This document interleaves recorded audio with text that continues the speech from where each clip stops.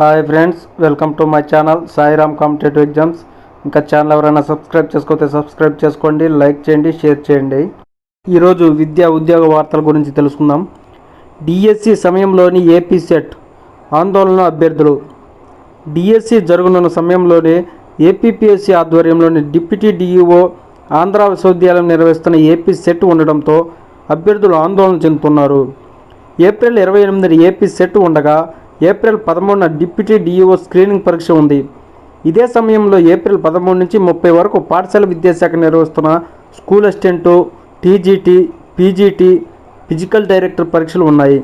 చాలామంది అభ్యర్థులు డిఎస్సితో పాటు డిప్యూటీ డిఈఓ ఏపీ సెట్కు సిద్ధమవుతుంటారు. డిఎస్సి పరీక్షలు మార్పులు చేసిన విద్యాశాఖ ఇతర పరీక్షలు ఉన్న సమయాల్లోనే తేదీలను ప్రకటించడంతో వారంతా ఒత్తిడికి గురవుతున్నారు. ఎన్నికల్లో లబ్ధి పొందడానికే ప్రభుత్వం హడావిడిగా పరీక్షలు నిర్వహిస్తుందని పలువురు అభ్యర్థులు విమర్శిస్తున్నారు.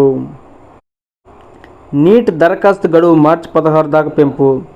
వైద్య విద్యా కోర్సుల్లో ప్రవేశానికి నిర్వహించే జాతీయ అర్హత ప్రవేశ పరీక్ష నీట్ యూజీ 2024 దరఖాస్తు గడువును మార్చి 16 దాకా పెంచుతూ నేషనల్ టెస్టింగ్ ఏజెన్సీ నిర్ణయం తీసుకుంది. పరీక్ష మే 5న జరగనుంది. ఇంగ్లీషు, హిందీ, తెలుగుతో పాటు 13 భాషల్లో పరీక్ష నిర్వహిస్తారు. నీట్కు ఈసారి రికార్డు స్థాయిలో దరఖాస్తులు వెలువెత్తుతాయి. మార్చి 9 నాటికే ఏకంగా 25 లక్షల మందికి పైగా దరఖాస్తు చేసుకున్నారు. గతేడాది కంటే ఇది 4.2 లక్షలు ఎక్కువ. గడువు పెంచడంతో దరఖాస్తుల సంఖ్య మరింత పెరిగే అవకాశం ఉంది. 4 నెలలుగా జీతాలు లేవు. గురుకుల ఉపాధ్యాయ సంఘం నేతల ఆవేదన.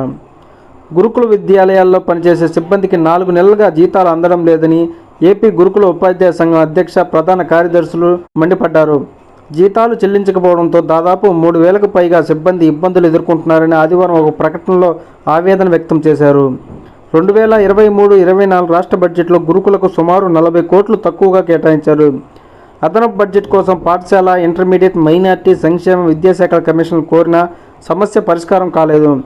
ఆర్థిక శాఖ కార్యదర్శి వద్ద 3 వారాలుగా బడ్జెట్ కేటాయింపు ఫైల్ పెండింగ్లో ఉంది. సీఎం జగన్ వెంటనే జోక్యం చేసుకొని జీతాలు చెల్లించాలని డిమాండ్ చేశారు. ఫిబ్రవరి వేతనాలు ఇంకా ఇవ్వరా? ఎన్హెచ్ఎం ఉద్యోగులు ఎదురుచూపులు.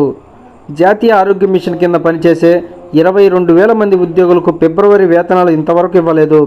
ఎన్హెచ్ఎం కింద రాష్ట్ర వైద్య ఆరోగ్య శాఖ ఏటా 2,300 కోట్లు కేంద్రం నిధులు ఇస్తాయి. వీటికి జత చేయాల్సిన 40% నిధుల కేటాయింపులో రాష్ట్ర ప్రభుత్వం తీవ్ర నిర్లక్ష్యాన్ని ప్రదర్శిస్తుంది. కేంద్రం నుంచి వచ్చే నిధులను సకాలంలో సింగిల్ నోడల్ ఏజెన్సీ ఖాతాకు బదిలీ చేయట్లేదు. ఇతర అవసరాలకు వాడుకుంటూ అందుబాటులో ఉన్నప్పుడు సర్దుతోంది. సకాలంలో వేతనాలు రాక ఉద్యోగులు ఇబ్బంది పడుతున్నారు. ఒప్పంద, పొరుగు సేవల ఉద్యోగులకు ప్రతి నెల 70 కోట్ల వరకు వేతనాలు చెల్లించాలి. ముఖ ఆధారిత హాజరు నమోదు ఆధారంగా గంట ఆలస్యమైతే నోటీసులు ఇస్తున్న ప్రభుత్వం వేతనాల చెల్లింపులో జాప్యం ఎందుకు చేస్తుందని ఎన్హెచ్ఎం ఉద్యోగులు మండిపడుతున్నారు. నాడు నేడు కింద నిర్మాణాలు చేపట్టిన గుత్తేదారులు, ప్రభుత్వ ఆసుపత్రుల్లో వివిధ రకాల సేవలు అందిస్తున్న సర్వీస్ ప్రొవైడర్లు, గుత్తేదారులకు 500 కోట్ల బిల్లు చెల్లింపులు పెండింగ్లో ఉన్నాయి.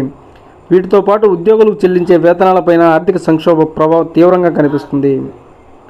108, 104, 102 కింద పనిచేసే ఉద్యోగులకు ఫిబ్రవరి వేతనాలు ఇంకా ఇవ్వలేదు.